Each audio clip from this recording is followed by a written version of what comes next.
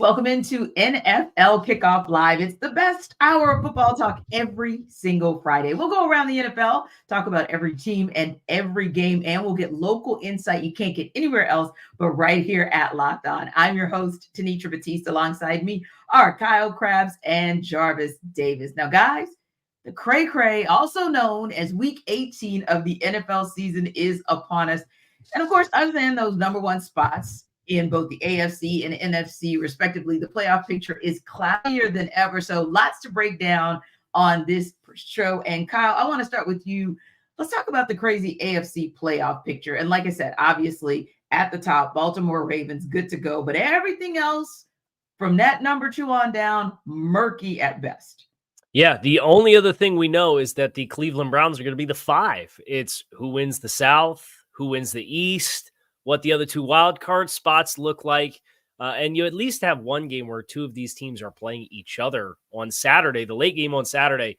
Houston and Indianapolis playing one another with effectively a playoff play-in game is at stake in that game. The earlier game on Saturday will be of particular interest to Western New York. The Pittsburgh Steelers playing the Ravens with a bunch of their starters sitting with the number 1 seed clinched for them.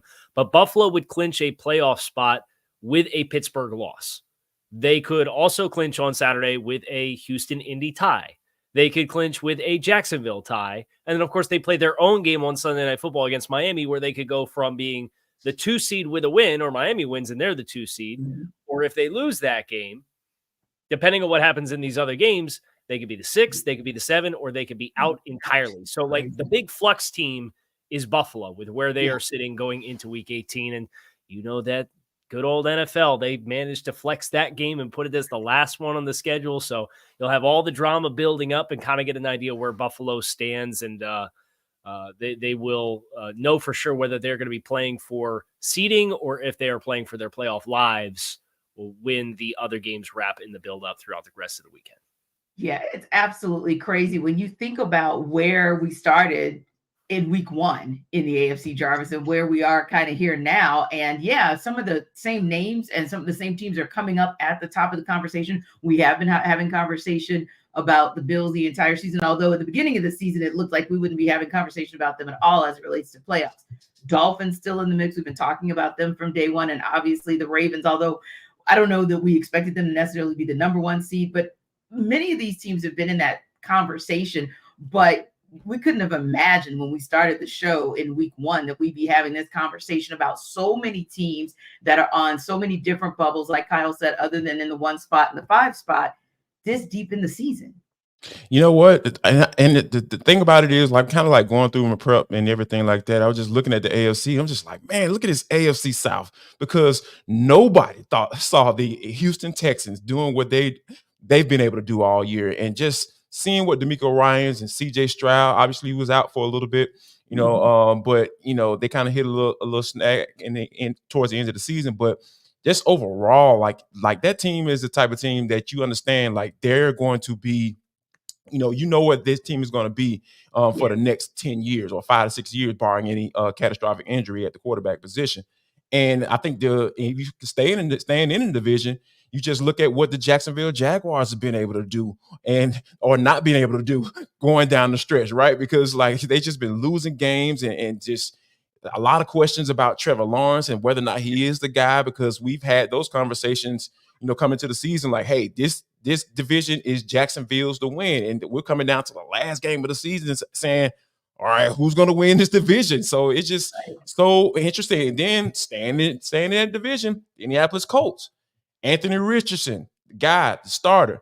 And then you got Gardner Minshew and Shane Steichen and what he's been, not Shane Steichen, excuse me, what Gardner Minshew has been able to do as a backup and being able to stay in that conversations for the division is just, you can just talk about the type of coaching job that he's been able to do. And with the players that you have in place, I just think this AFC South has been really fascinating to watch all season, because we understood what it was coming in, but it hasn't worked out that way, and it's worked out in the favor for a couple teams that don't have teal and black in their uniforms.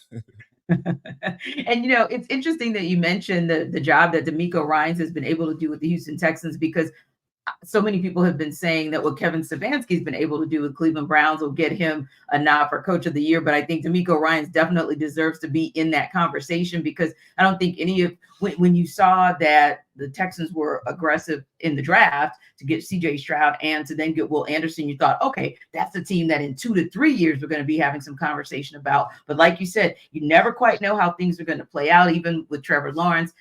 He's still listed as questionable right now. They haven't made a determination for sure on what's going to happen with him in the game this weekend. So that could be a pivotal kind of a do or die in how things kind of play out there. But, Kyle, another team that we talked about at the beginning of the season that maybe would have been that team that you would have thought would have been a foregone conclusion would be your Super Bowl champions. And yet Kansas City has been up and down around. You kind of don't know. And we'll talk a little bit more about the same version of them in the NFC South, in the NFC, and that in the Philadelphia Eagles in just a moment. But yeah, KC, you look at Kansas City Chiefs and kind of where they are and what's going to happen with them as far as how deep can they go in the playoffs? What does the playoff situation or postseason situation look like for them as they get deeper through this postseason?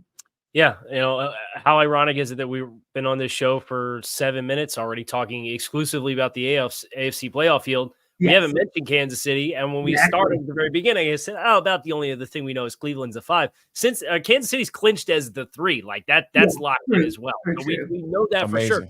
For sure. But it's, by the way, defending Super Bowl champions. They have just been in such a rough spot offensively, and it's been really hard to watch for the better course of the past month to ask the question, when are they going to re-find and recapture their rhythm?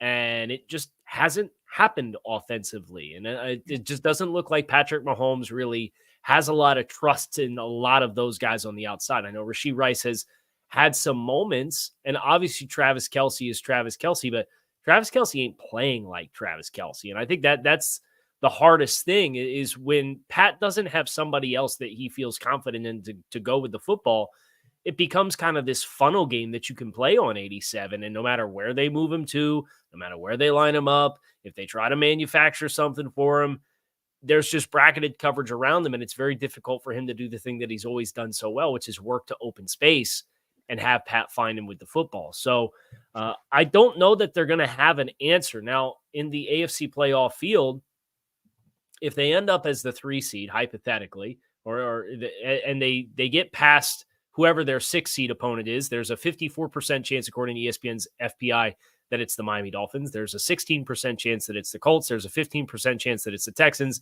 And there's an 11% chance that it's the Bills. So they got 4 possible opponents with this week left to play. And they have nothing to play for. So they're sitting Patrick Mahomes against the Chargers. It'll be Blaine Gabbert. So they know Pat's going to be ready to go. They'll get an extra week of prep there. Yeah. They get past that. You get into the divisional round. Like, who knows what happens? Depending on if there's upsets, you could find them in a position to play a home playoff game in the divisional round. So, it's not that absurd to think they could still end up making a push to the AFC Conference Championship, but it would not be at Arrowhead, which would be the big difference this year versus every other run that Kansas City's had. Indeed. And to your point, Kyle, I feel like, where's Peter when we need one of those Taylor Swift references? Because I don't know what song we could spin for what we've been seeing in Kansas City. But yeah, I never thought we'd be having a conversation where we were watching the Chiefs Bengals game and wondering how that was going to impact and dictate what the rest of the AFC playoff picture would look like. But particularly having that conversation about the Chiefs in week 17 and what was going to happen with them based on whether or not they beat the Bengals, which kind of sort of technically they barely beat. But we know this scenario is all too familiar, Jarvis, on the NFC side as well, because just like that AFC South has been up, down, middling, and around, we know there's another group South side called the NFC South, and nobody wants to take charge. Nobody wants to take control. It's the craziest thing, and we know it all too well because, of course, we covered the NFC South. Now, similar to what we're talking about on the AFC side, JD, we know that obviously the 49ers, good to go. They're locked into number 1 now. At the 2 spot, you've got the Cowboys, Eagles, Lions. You don't really know what's going to happen. You got the Cowboys, Eagles, Lions again, 2, 3. You don't really know what's going to happen. In that 4 spot is probably going to be your NFC South winners. And really, can I say you don't know what the hell's going to happen there anyway? But I can say that for them too. But ultimately speaking, it's like a clusterfuffle on the NFC South, NFC side, maybe even more so than on the side of the AFC. I think it's kind of interesting that, you have Eagles losing 4 out of the last 5. Obviously, they've been on a downturn towards the end of the season, and we know that how important it is for teams to be playing well in these months, right? In December, going into January, as the playoffs get ready to start rolling. And obviously, the Eagles haven't been able to do that. So the Cowboys are in a space now where they can win a division, which nobody thought they would be able to do because they just been very average to below average on the road, and they've been great at home. And I find it fitting that they have to go out on the road and get a win against the Washington Commanders in order to clinch the division. So, and then the Philadelphia Eagles are at the Giants as well. So both teams are on the road. So, hey, they're going to have to take that thing on the road if they want to do what they need to do. Obviously, the Cowboys clinch the NFC East if they get the win. If the Cowboys lose and the Eagles win, obviously the Eagles will get the division. So that's a movement that could possibly be there. And I think that the Cowboys are going to be able to pull it off. So when you look at the way Dak Prescott has been playing, that's the reason why you feel like this team is maybe a little bit different than what we've seen in years past. I know, you got the Cowgirls and all that stuff and losing big games. And I think that's something that you take into place because that's the precedent that they've set. But I think going into the playoffs this year in 2023, I feel this team is a little different. I feel like it's something there, especially when they're at home. And then being able to get that first playoff game at home at Cowboys Stadium where they haven't lost this year. They almost did. But I think it's going to be very interesting to see how that plays out. But as far as NFC South go, you know how I feel about this. This is the questions coming in as far as the quarterback position. Sure. That was the big conversation that everyone was having that covered any team in the NFC South. And it played out exactly to how we probably thought it was going to be because anybody had the opportunity to win this division because there was no set quarterback. Obviously, Carolina drafting Bryce Young, and that's looking like it might be the wrong decision. More than likely, they probably should just stay where they were, But I think that with the Falcons going on the road against the Saints, they have to get a win, and the Tampa Bay Buccaneers have to lose to the Carolina Panthers, who've only won 2 games. And it's ironically, they've beaten the Texans and the Falcons, those 2 wins. So I think that more than likely, this is going to be Tampa Bay's division because you just got to look at it from the standpoint of, all right, they're going to get this win. They're more than likely going to get into the playoffs because Baker Mayfield's been playing pretty solid down the stretch here. So it's just really interesting that, how fascinating the AFC South is and the NFC South is the exact opposite. Right. And AFC for all of the right reasons in their South division and the NFC not so much. And like you said, it really kind of is predicated on the quarterback play because we know, of course, that, Bryce Young is Bryce Young. Panthers are who they are. Got good word out of Tampa, at least late this morning, that Baker Mayfield practiced. Looks like he's going to be a go come Sunday. And then you've got Derek Carr, who's going to be a go for the Saints. Now it's a question about what's going to happen with the Falcons. Right now it's looking like it's going to be Taylor Heineke, but with Desmond Ridder waiting in the wings because that nagging ankle injury has really been it's been there for a couple of weeks now, really, honestly, since Taylor Heineke was inserted back into that starting position. But, another thing that I really like, Kyle, about what I'm seeing on that NFC side, when you talk about teams that are kind of exciting, intriguing, you kind of don't know what to do with them, but you're liking how they're trending in the backside of the season. That's the Los Angeles Rams. That might be the one team that nobody wants to face in these playoffs. Yeah, they got a lot of young upstart players, and that coaching staff has really taken this season, and they have gelled quite well, and they got the right guys healthy at the right time of year. And I look at the Green Bay Packers, too, as another team who is facing a win-and-in scenario to potentially get a 6 or the 7 seed here in the NFC side of things. And Jordan Love's thrown 1 pick in the last 7 games, and he is balling. He is throwing the ball all over the field. So those are 2 teams as wild cards where you think about, okay, somebody's going to draw the Detroit Lions. Somebody's going to draw the NFC East winner. If Philadelphia, if Dallas drops the ball and Philly ends up as the 2, are they playing at a level that inspires you with confidence that they are impervious to losing a game to either Green Bay or LA? No. I think there's a lot of intrigue for some of these wild card potential matchups because, as you said, T, the Rams and Packers are two teams that are playing really good football right now, and the Rams are locked in. It's just a matter of what their seeding is, and for Green Bay, you take care of business against the Bears, who you've had so much success against lately. You're going to be having your postseason ticket punched as well. Yeah, very intriguing. Yeah, you're absolutely right. I was watching Green Bay last week. Hadn't watched them play a game in a couple weeks, and I'm just impressed at how good they're looking and how they've progressed throughout the season from the last time I was able to watch them take the field. So yeah, some interesting stuff going on both sides in the playoff picture. And listen, it's almost time for us to talk about one that we have been waiting and kind of salivating for this entire week. Of course, that's the Buffalo Bills and the Miami Dolphins. And we're going to get into it on the other side. But before we do, let's tap into what Jarvis has to say about LinkedIn.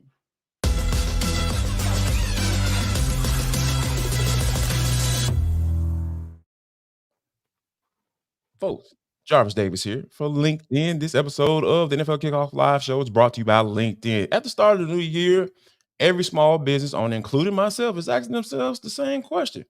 What's the one move I can make that'll take my business to the next level? How can I make some more money? Well, LinkedIn Jobs, we've got you covered, right? Because they know exactly what leads to success, and it depends on the team that you surround yourself with.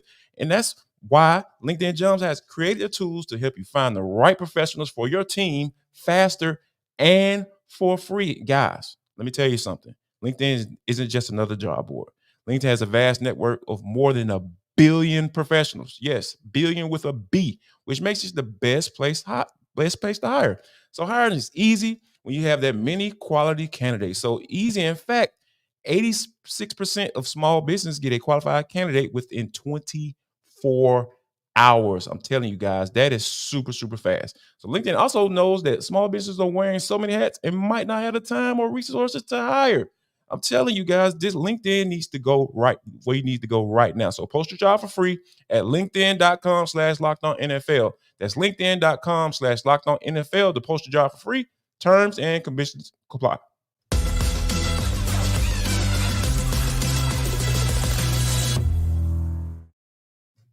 Guys, it's a big game for the Buffalo Bills, big game for the Miami Dolphins, and it is so big that our Locked On Bills host Joe Marino couldn't pick just one key to victory when he joined our guy Kyle in their Dolphins-Bills crossover.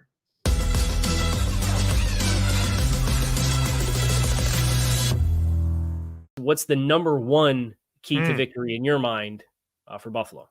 I can't give you number one. I got three things down, Kyle. Grabs. Start with number one, and then we'll. I don't know if there's any one that's more important than the other. Okay, all right, go ahead. The first thing I do have written down is defensive intensity. I think that a big reason why the Bills have been able to go on this 4-game win streak and be in this position is because of how their defense has played. And against the Chiefs, Cowboys, Chargers, and Patriots, they've allowed an average of 277 yards per game, 17.5 points per game, and have tallied 7 takeaways. And I've seen this defense come out and really have some tone-setting dynamics about it with just the urgency, how fast they're playing, how physical they're playing. And that's going to need to continue this week against the Miami Dolphins. And we all know how potent that offense is.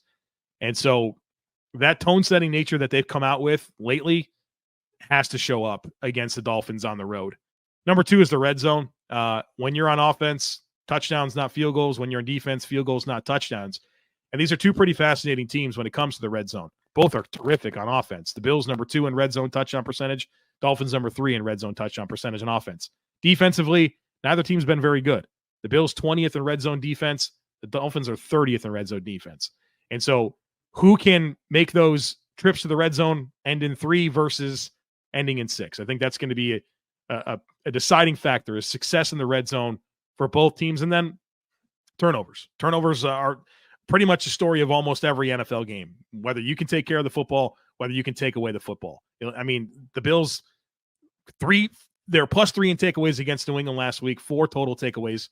Obviously the Dolphins had a lopsided situation there when it comes to turnovers and giveaways. And so I think that's going to be a storyline. Who can protect the football, but also be aggressive and make plays, and who can take it away. I think that's also going to be a big part of any game, and of course, a high-stakes game like this.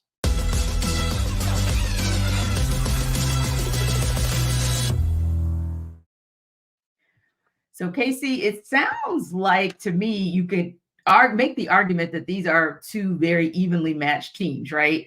And Joe was kind of he couldn't come up with just that one key, right? The key to the win. But what would you say? Kind of want to get your reaction first of all to what Joe had to say, and then I want to ask you a little bit about some things of going from point A to point B. But first, your reaction.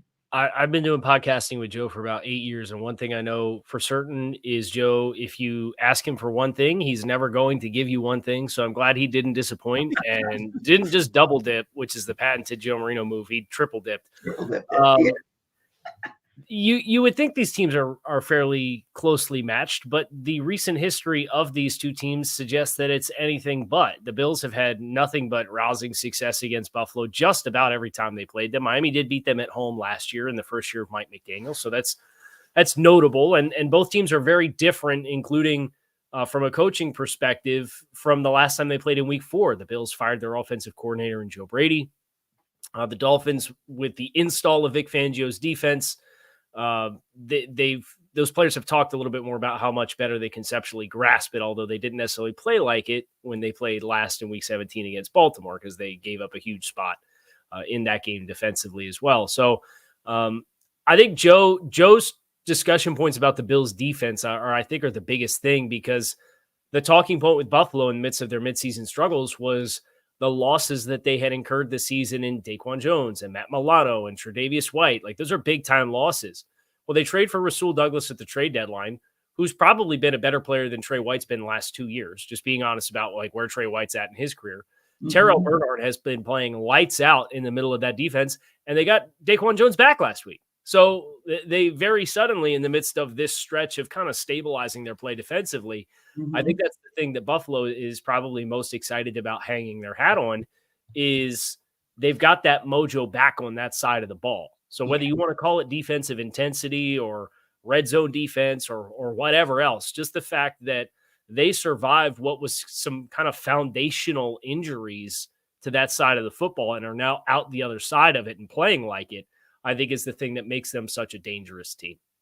And it's interesting that you say that, Casey, because I was thinking about that as well, kind of looking at those two teams and where they were when they played back at the beginning of October and where each of those teams is now. And kind of, it feels like, and this just feels like, not necessarily all of the statistics will prove it, but it feels like the Bills are just kind of that team that's kind of surging and kind of going in the right direction and have had maybe fewer bumps and bruises, maybe on the backside of that first meeting. Yeah, I think Buffalo took their lumps midseason, and I think Miami, even though they were churning, they were getting players back as they were simultaneously losing other players with injuries. Mm-hmm. And the last month or so, it's really mounted for Miami, where if you looked at like the top 12 players on the depth chart of each side of the ball for Miami, up until about week 13, they had a minimum of 18 of those 24 players, so starters plus a few key extra rotational guys. 18 out of 24 they'd had available to them. The last 3 weeks or so, that number's gotten as low as 14 and 15. So they've lost other meaningful pieces. Now, if you want to put the injury lens on for Miami and look for some optimism, right guard Robert Hunt is going to play. I'll say that. He's going to play. And they haven't had more than 2 of their original starters on the offensive line since they played the Commanders back in like week 12. Mm-hmm. So they've been playing with 3 backups on the offensive line. You get a starter back on the offensive line. Jalen Waddle practiced today. Raheem Mostert practiced today. They have an opportunity. They're getting Jerome Baker back from injured reserve. He's practiced now 2 days. It sounds like he's going to be a go, and that's going to help them on the second level of the defense. So Miami, you've seen the injuries mount at the wrong time, but they are looking at the perspective of getting some of these other players back. So if you want to know how Miami can kind of even that momentum out, those guys getting back on the field is their best chance to do that. Indeed. And would you agree, Jarvis? Because those are some big pieces to the puzzle. Sometimes we don't think, we kind of look at the final score. We may look at it and say, oh, wow, 56-19, they got blown out by the Ravens. Or you may look at it and say Tennessee Titans, a shocking 28-27 loss. The Dolphins, especially at that time when they were rolling, because they'd had 3 quality wins in a row. But when you look at the potential of getting a Waddle back or a Mostert, do you think that's going to be enough to put them in position to get this win? I think it'd be enough to put them in a position to get the win. But like I go back to what I was saying earlier, is like just how teams have been playing down the stretch, right? Because you talk about what the way the Buffalo Bills have magically discovered James Cook. Like, oh yeah, Ken Dorsey, get up out of here. Oh, oh Joe We Brady. got a run game. We Hey, got a let's running use back. this guy. Let's use this. Where did he go to school? Georgia Bulldogs. Yeah, RBU. let's use this guy. Yeah, let's use him. Let's figure out what let's center the offense around him and let Josh Allen play off of that, right? So you don't have to be Superman every game. So I think that just the way they've been playing the Buffalo Bills, that is, I just really feel like it just goes back to what I've been saying. Like, I understand the whole passing game is cute and everything is centered around the quarterback. I get it. But when you're talking about going into the playoffs and going on a run and playing and taking it on the road, whether you're on the road or at home, in the element, running the ball and playing defense is going to win you games. So I think that, when you have Buffalo playing the way they've been playing down the stretch on a 4-game winning streak and everything, they discovered, that they have a weapon, a guy they can count on to give them 20 times a game and not have to worry about a guy, his durability, because he's only been in the league for 2 years. This is his second sophomore season. So like those are some of the things that I take a look at when you talking about going into divisional matchups, and then. But the only thing that kind of having me a little reserved, Kyle, is the fact that, hey, Miami is at home and they've been really good at home. So those are some of the things that I'll take a look at. But I think it all boils down to, hey, who's going to be able to continue to establish themselves. And I think Buffalo has a little bit more momentum as far as that going into this game right here. Yeah. Just one other thing, Tanitra. I think this is a big James Cook and Dalton Kincaid spot. Traditionally, Josh Allen, he puts up like everybody else's best career single game numbers every time he plays the Dolphins. That's what he ends up doing. Like he just rings up touchdowns and yards like nobody's business. But he's really banged up. And obviously they've needed him, and kind of the evolution of this offense with Joe Brady has called upon a little bit more of the quarterback run game. He has a stinger in his left shoulder. He hit his hand off a throwing helmet and has a sprained digit in the middle digit of his middle finger on his throwing hand that he hit off the helmet. And he's been dealing with a right shoulder injury too. So it's for me, it is James Cook, and then obviously Stephon Diggs is such a big presence historically within this group of the Bills. He's been so quiet. Dalton Kincaid has been the second most targeted player on this team offensively, and that's where you get into, I think, where Baltimore really took advantage of Miami's defense last week was throwing the ball to the backside of the backfield, and Isaiah Likely, the tight end. So I think Buffalo's big matchups for them to win in this game are going to be James Cook and Dalton Kincaid as compared to the traditional Josh Allen, Stephon Diggs show that they are so historically forced you to expect when they play the Dolphins. Yeah, and that kind of goes into my X Factor question, Kyle, that I was going to ask you guys before we go to break. Jarvis, other than the obvious, which we talked about, and we haven't really even talked about Tua in this conversation, but we'll throw him in for the purposes of the X Factor question I have for you guys. Taking out the main players, a Josh Allen, a Tua, and even the running backs, give me an X Factor in this game that'll help the Dolphins to get the win. Wow. This is going to be something that, I feel like if Jalen Waddle can be able to come back and be that guy, or Tyreek Hill, I think this wide receiver group, if those guys can be the game-breaking players that they are, especially on the field at the same time, they can cause any trouble with any secondary in the National Football League. So I think if Tyreek Hill, it's kind of hard for them to not get the ball without Tua, playing his best game. But I think the combination of those two guys being on the field at the same time, being able to deploy those guys like that, I really feel like they can be X factors to be able to definitely get a win, especially when being at home.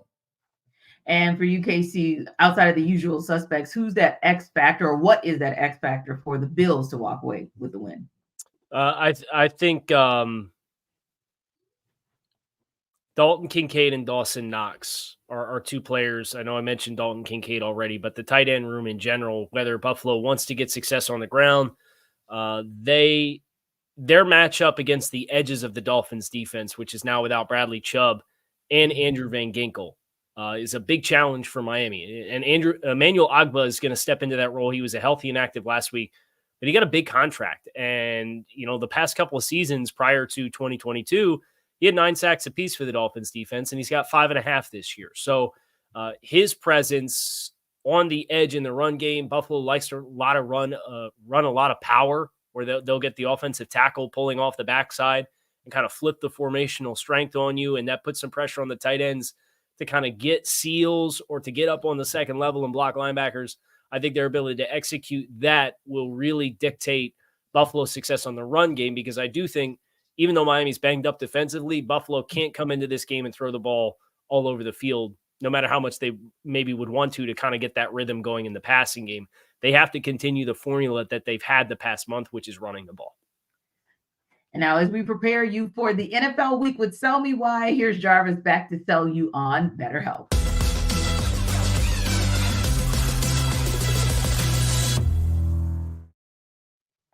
Jarvis Davis here for BetterHelp. This show is sponsored by BetterHelp. Now, people, every year, we all do it. I know you do it. I've done it as well. We come up with these big time resolutions. Hey, I'm about to do this, new year, new me, and all that stuff.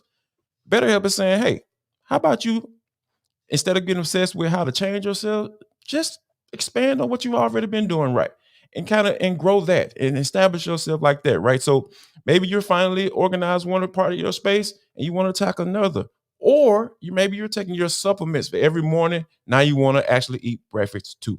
So BetterHelp is right there for you. And they're willing to help you and help you find your strength so you can ditch the extreme resolutions and make changes that actually stick, because that's what it's all about, right? So if you've been thinking about starting therapy, give BetterHelp a try. It's entirely online, designed to be convenient, flexible, and suited to your schedule. Flexibility is key in 2024, guys. So I need you to go to BetterHelp because they're trying to get you where you need to be. So all you got to do is just fill out a brief questionnaire to get matched with a licensed therapist and switch therapists anytime for no additional charge. If you don't like the one that you're with, that's perfectly fine.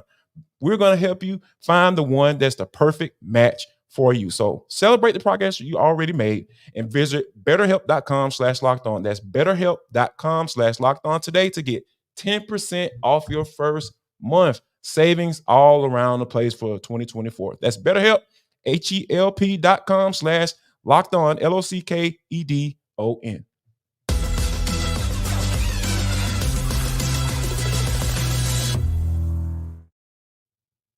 Guys, the Pittsburgh Steelers open Week 18 as 3-point favorites over the Baltimore Ravens, who, as we talked about earlier, are expected to rest most of their starters. Here's Chris Carter of Locked On Steelers to sell you why the Steelers can then be able to cover the spread.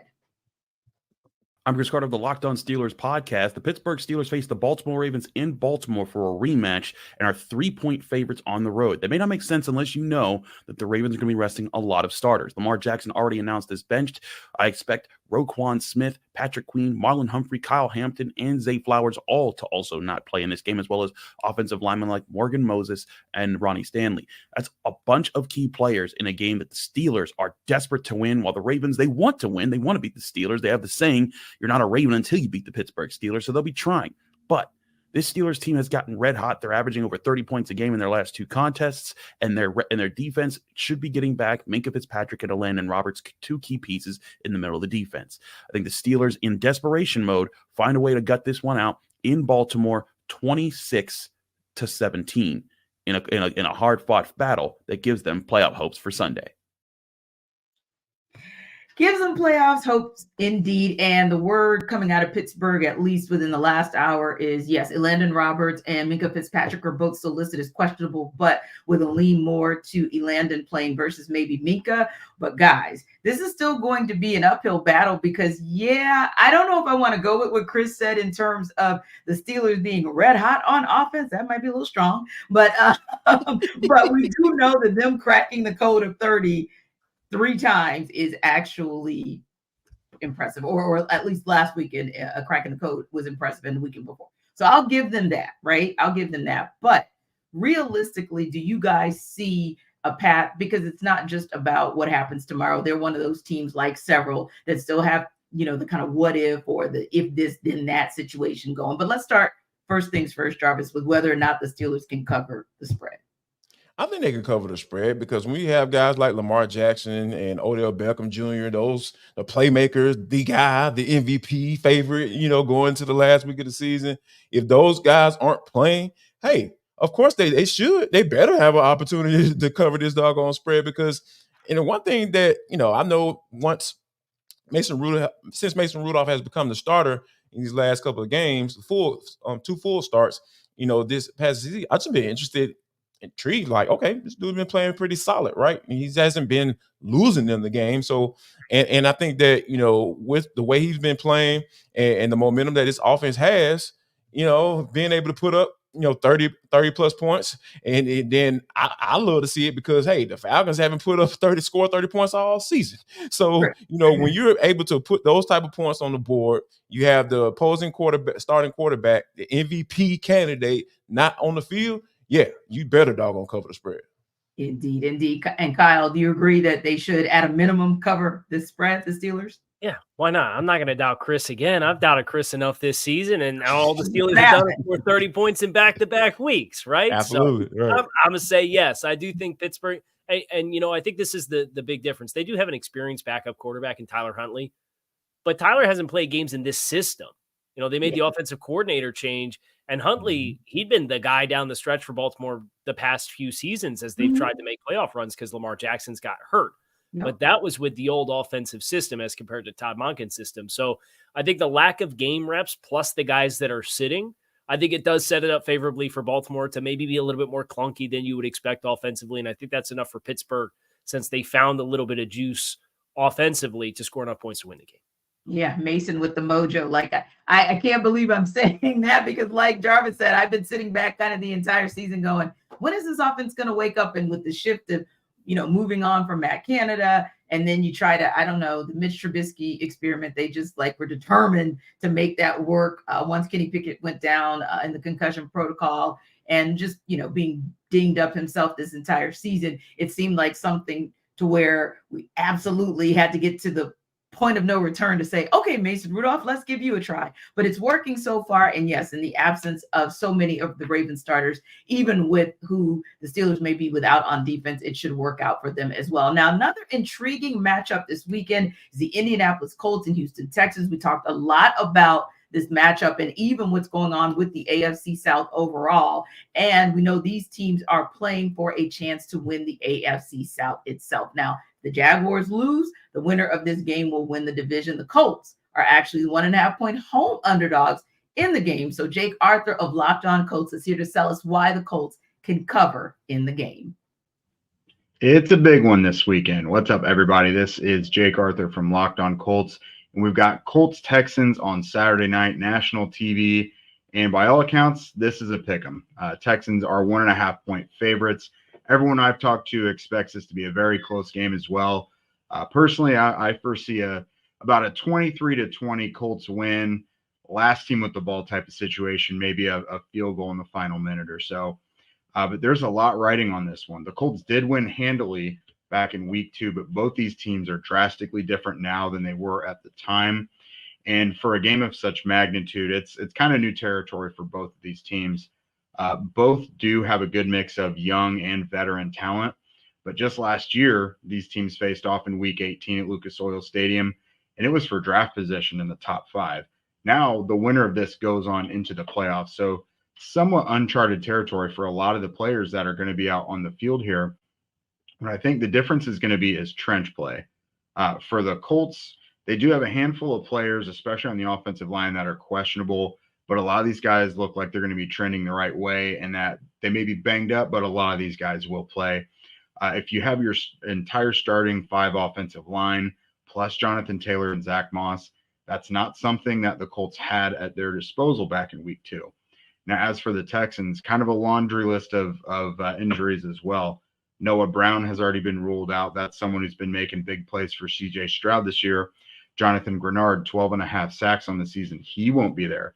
Will Anderson, his bookend, he's questionable as well. So you pretty much have the entire defensive front for Houston that is questionable or banged up at the very least. And then you have a Colts run game that should be at relative full strength. So again, I think that'll be the difference. The Colts were able to sack CJ Stroud 6 times back in week 2. Well, I don't think they're going to duplicate that number. I do expect them to at least get to him a few times, hopefully make life uncomfortable for him if you're a Colts fan. So that's how I see it. Close game. Colts bringing it home. Thanks, everybody. So KC, first and foremost, as Jake said, we know that these teams are so intriguing because you look at them and it's 3-13-1, 4-12-1 from last season. And now all of a sudden we're having this conversation about the Colts and the Texans having an opportunity to win the division and get into the playoffs. It's crazy how that year over year, and we'll talk about that a little bit later as well. But first things first, do they cover the spread? Yeah, impressive journey for the AFC South. Maybe both you guys cover yours, but that's what happens when you play four games against the NFC South in your schedule. All of a sudden, things soften up a little, find some more wins. I want to pick Houston to win the game. I think Houston has some better dynamics at play, but Indy's just kind of been like last year. Joe Marino and I on NFL Scouting referred to the Minnesota Vikings as the purple cockroaches, where you just couldn't kill them, right? Like there were all these games where they're down and you thought like, okay, they're backed in the corner. I'll put my foot on them and boom. And then they have the biggest comeback in NFL history and they turn the ball over on the 1 yard line against the Bills, and the Bills fumble the ball when they're trying to run out the clock, and Minnesota comes back and wins that game. And just all of these improbable games. And it hasn't been that extreme with Indianapolis, but they feel like that team this year that you keep being ready to write them off, and they keep finding ways to win football games. So I think I do like Indy to win the game. I view it as generally a coin toss game. I think if you played it 10 times, the Texans would probably win more out of the 10, but it just feels like with the way that their individual seasons have trended, that Indy is in a position to win this football game, just kind of off a gut feeling. And it'll be interesting to watch the AFC South divisional implications. It just came through on the timeline that Jacksonville will face Ryan Tannehill and not Will Levis on Sunday. So, the winner of this game needs Jacksonville to lose to win the division. You'll kind of have that mystery and intrigue going in. I don't know if a veteran quarterback being the team playing Jacksonville is a good thing or a bad thing. And Ryan Tannehill's thrown 1 touchdown pass his last 136 attempts, so probably not a good thing. But nevertheless, this is still a playoff win and in type scenario. So I think I like the Colts, but don't ask me to put a lot of confidence points on it. Yeah, JD, it sounds like KC is kind of thinking there might be some Minshew magic that goes down this particular weekend. What are your thoughts first and foremost on covering the spread? To be honest with you, I don't think they're going to cover it because, I like when you used to have like pick'em games, I like to look at the quarterbacks, right?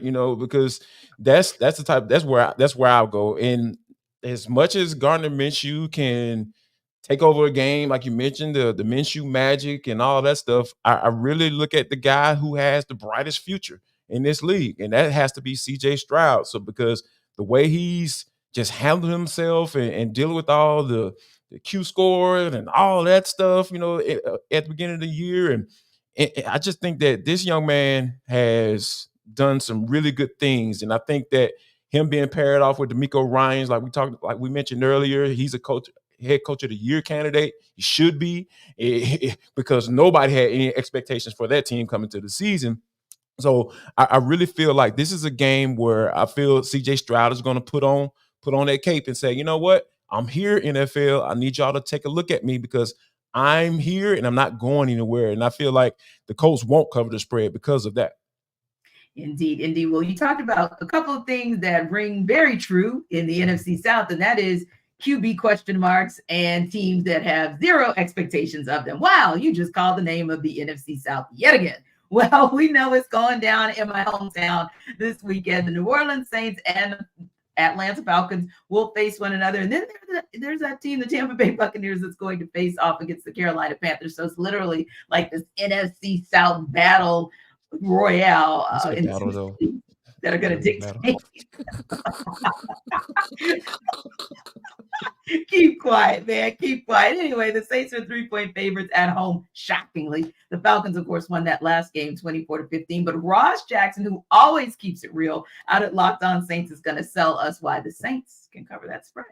If the New Orleans Saints want to get a win against the Atlanta Falcons and cover the spread, it all comes down to the offensive side of the football. My name is Ross Jackson. I'm the host of the Locked On Saints podcast. And if the New Orleans Saints want to keep their playoff hopes alive and at least control what they can before they need to get some help from some not so great friends around the NFC, it's all going to come down to a fast start on the offensive side of the football as far as I'm concerned. If you look over the course of the past 5 games, the New Orleans Saints in their best wins, the games where they've looked their best up against the Carolina Panthers, the New York Giants, and of course the Tampa Bay Buccaneers last week, it all came with fast starts on offense. And that does 3 things for you if you're the New Orleans Saints.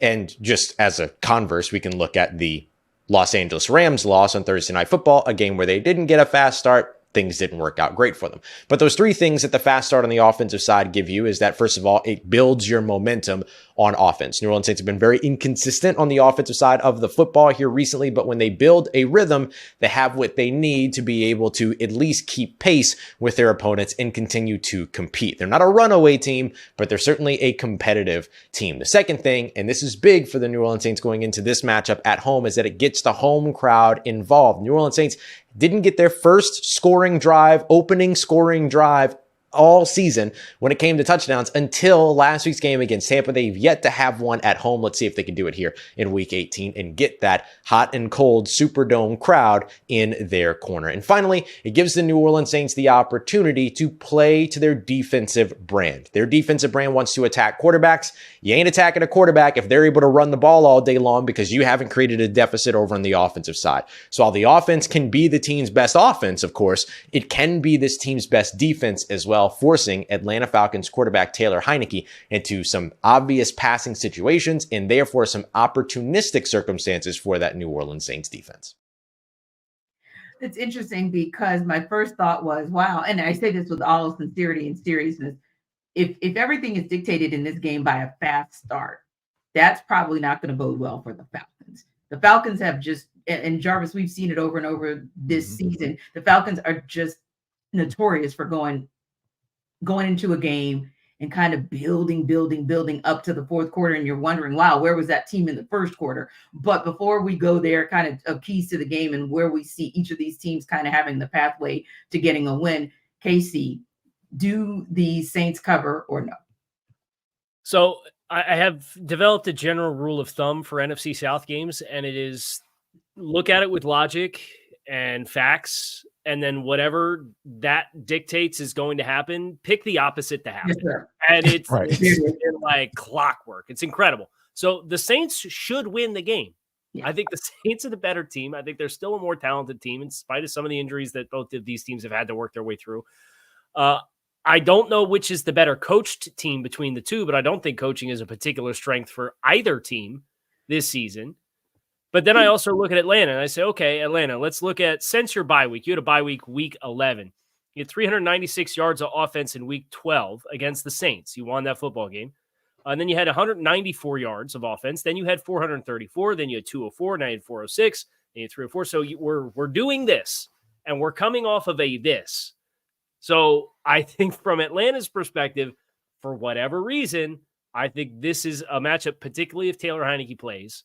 I think this is one of those, we can play spoiler. They still technically can win the division, but Carolina has actually not held a fourth quarter lead at any point in any of their games this season. They've just kicked 2 game-winning field goals as time expired, and that's the extent of their winning success. So Atlanta would need to win and then have that team beat the Bucs. I don't think that's happening, even though my rule of thumb in the NFC South is pick the opposite of what should happen. But this game, I do think it applies. I think the Falcons play spoiler here in this game. How about you, Jarvis?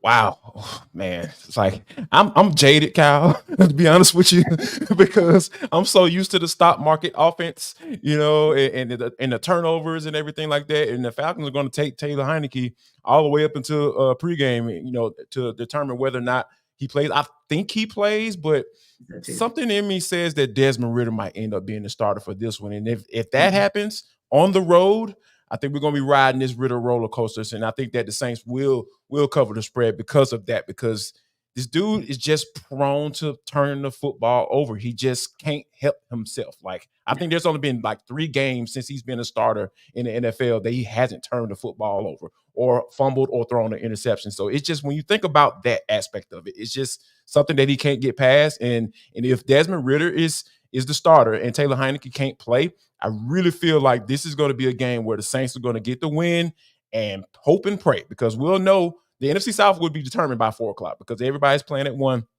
So I think this is going to be something that they'll be looking at. Somebody's going to be looking at the other game with Tampa and Carolina, and I think that the Saints are going to be looking to say, "Hey, please, Carolina, find some offense because we want to get into this the playoffs and play at least 1 extra game." Yeah, indeed. Yeah, to me, it's just a pick 'em. I'll be honest, just because I've seen both of these teams do the unthinkable at the most inopportune times. And I think it's like you said, Kyle, if I go ahead and pick the Falcons, the 3 of us will be texting on Sunday going, what the hell just happened? If I go Saints, we'll also be texting, what the hell happened? So it's a pick 'em. Goodness knows that we're going to be right there, locked and loaded to see what in the world we're going to see come Sunday. But we're going to talk about a few more awards that NFL Kickoff Live is going to give out as we wrap up today's show. But before we do that, Jarvis is going to tell you once again why you should check out LinkedIn.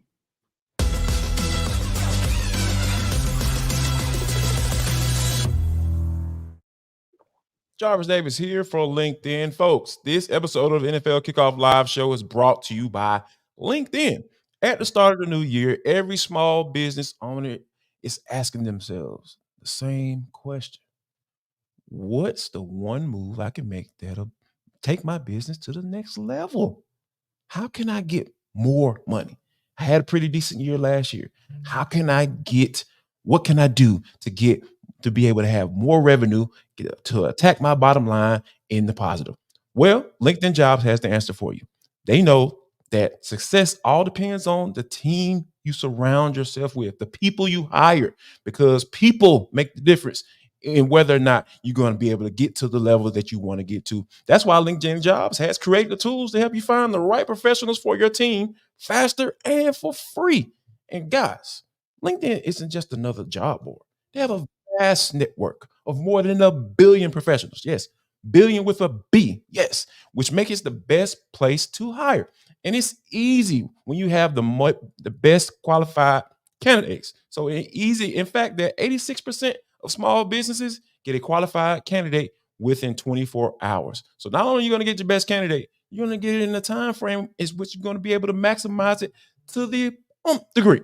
So what I want you to do, also, one little more nugget, also know that small businesses are wearing so many hats and you might not even have the time, the resources to hire.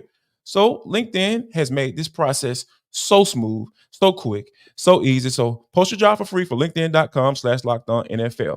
That's LinkedIn.com/LockedOnNFL to post your job for free. Terms and conditions apply.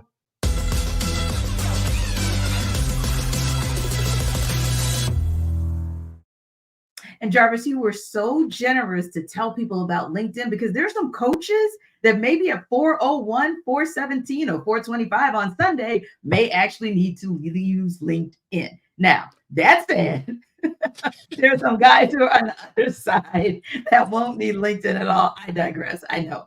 A little petty tea right now coming up on a Friday. It's fun in our last show of the darn season, man. We're going out with a bang. But listen, there are some coaches who actually have done a bang-up job, no pun intended, this season. And I wanted to get you guys' take on that. We kind of teased it a little bit earlier, so I kind of know where you guys are thinking. But real quick, tell me who, Kyle, your coach of the year would be for this season. I think you have to look at what they went through all season long and pick Kevin Stefanski with the Cleveland Browns. They're starting their 5th starting quarterback of the season in week 18. And granted, they're 11-5 and they clinch, but they're also 11-5 with a quarterback going to Deshaun Watson and then rookie DTR and then PJ Walker. And then Joe Flacco comes in off the couch and throws for 300 for 4 straight games. It's incredible what the lack of continuity at that position, in addition to a bunch of other injuries that they have incurred at a bunch of other spots between Nick Chubb. I think they're on like their 4th and 5th offensive tackles this season. Yes. Their interior defensive line's taking some, like they are really banged up. And that defense with Jim Schwartz has been outstanding. He's been one of the best assistants in football this year as well. I have to go with Kevin Stefanski just because I know there was some expectation for the Browns to be in this general area, but the path that they took to get there is the most impressive coaching job this season in my mind. Yeah, and the first team in NFL history to go through 4 quarterbacks and make the playoffs. So yeah, bang up job that Kevin Stefanski has done. How about you, JD? I mean, I've talked about it pretty well. I feel like a whole show, so it has to be D'Amico Ryans for me. But I got to give some credit to Shane Steichen, the head coach of the Indianapolis Colts, because when you're drafting a rookie quarterback and you're saying that, hey, that guy's going to be your starter, and you have a viable backup in Gardner Minshew, and hey, you can go the old school route and say, you know what, this is the guy that is going to be our starter, and Anthony Richardson's going to learn. We're going to bring him along slowly and all that good stuff. But when you name him the starter, you're thinking that you're going to take your lumps and go through the season. And then those plans get kind of stifled a little bit, right? He's out for the season. And then you go with your backup quarterback. And then now you find yourself in week 18 playing for an opportunity to win the AFC South when nobody expected it. I just think you have to he has to be highlighted, right? I don't think he's going to win the Coach of the Year, but he has to be at least in the conversation saying, you know what?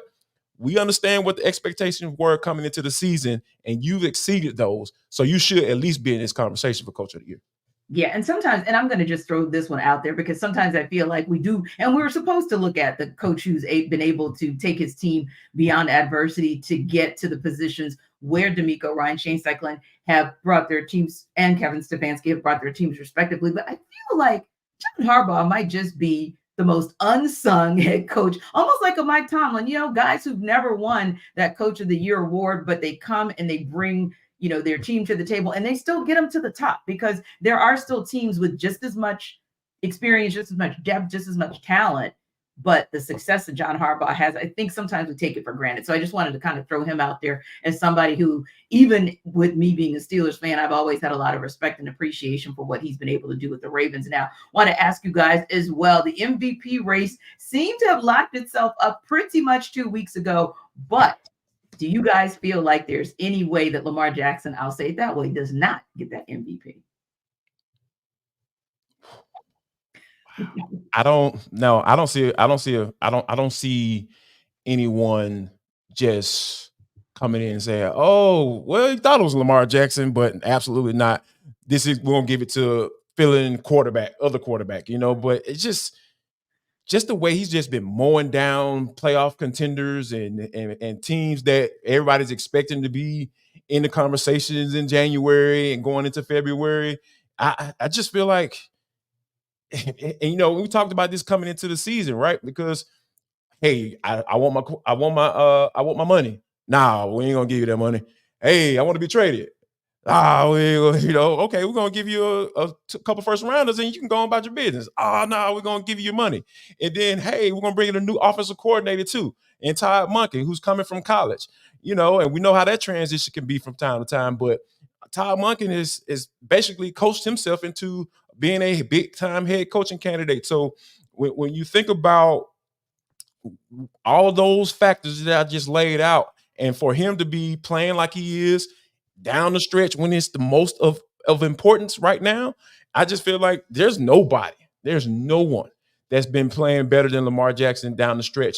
And for that reason, I really feel like there shouldn't be anybody else in the conversation. KC, you good with that one too? Yeah, I kind of am hoping to get like a thank you card or something as the Locked On Dolphins host for Lamar, having that be the exclamation point on his season against Miami. Last 2 weeks, they play the 1 seed in the NFC, and they beat them by 2 touchdowns. And then they play the team that's been slated as the 2 seed for the last 2 months in the AFC, and they beat them by 5 touchdowns. So it's just been an incredible exclamation point for the best team in football. And Lamar taking this evolution with the opportunity that he's had with how they've changed their offense, I think is absolutely the deserving winner for the MVP this year.